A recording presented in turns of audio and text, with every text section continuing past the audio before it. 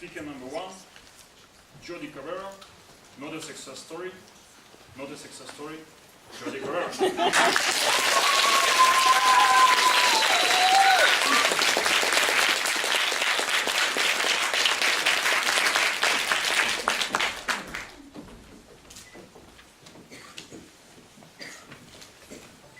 You may think there is corruption in Ukraine, but there isn't. Of course, now you're all asking yourselves, what did this crazy person just say? And I'll repeat, you're totally fine. Let me tell you a story about corruption. This story takes place in Ukraine. A few months ago, the Ukrainian government signed a very important deal involving lots of money. The deal was with a big gas company from another country.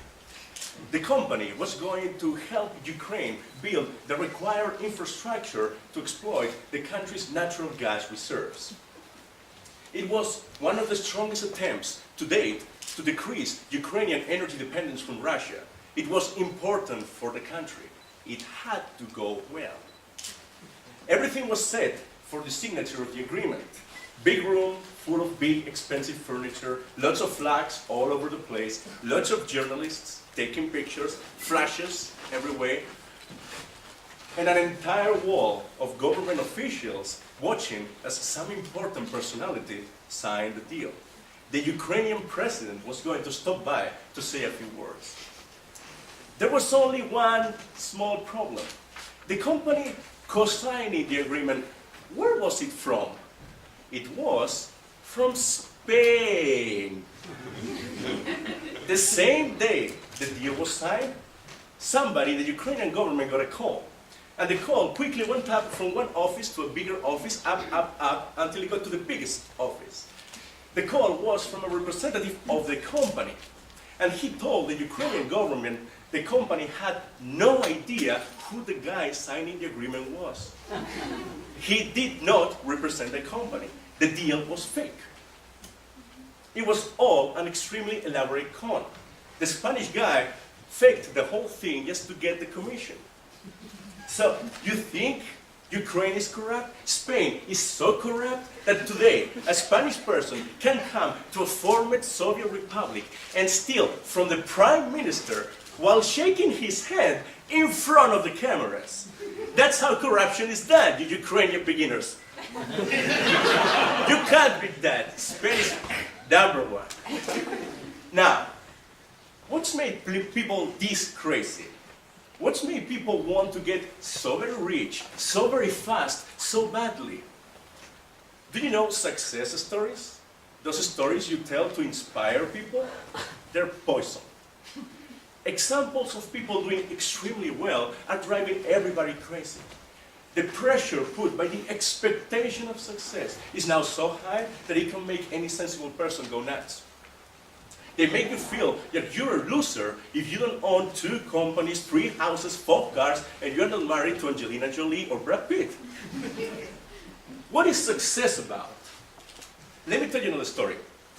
Many years ago, it could be centuries now, my family owned a beautiful country house in a very beautiful region in northern Spain. We used to spend the summers there. One day, my father took my brothers and I on a long hike in the forest. We walked for hours. I soon became extremely tired. The sun hit hard, it was very hot. My feet started aching shortly after we left, and we kept going for hours. Eventually, we ran out of water. I actually became scared, and we were still surrounded by plants and trees, so we were still a long way from home. Suddenly, I heard the sound of a piano. A piano in the middle of the forest? Yes. It was a summer afternoon, so quiet that the sound could travel a long distance. And what I was hearing was the wind carrying the notes that my mother was playing on the piano back home. It's fair to assume that this was the first time so many horses, butterflies, and cows heard the music of Bach. It sounded in the air, through the trees, and flew in all directions over hundreds of meters of grasslands. Was my mother doing that because some success story had told her that some rich guy somewhere liked to play the piano, and look, he's rich now, so playing the piano will make you rich? Of course not. My mother was successful well before then. She became a businesswoman before feminism wasn't even a word. In post-war Spain, a society 20 years behind the rest of Europe. She was so tough that the company sent her to collect debts. The other companies knew her by the name Miss Incorporated. But she wasn't happy. So eventually, she left everything and married my father because she wanted to have a family, and she did. But before that, she bought my father his first car. My mother was successful much before she made even the last bee stop in the air to listen to the music. She had already succeeded. Now she was simply doing something extraordinary because she loved doing it. She expected nothing in return. And Picasso, Galileo, Einstein didn't do the greatest work because they expected money or power in return.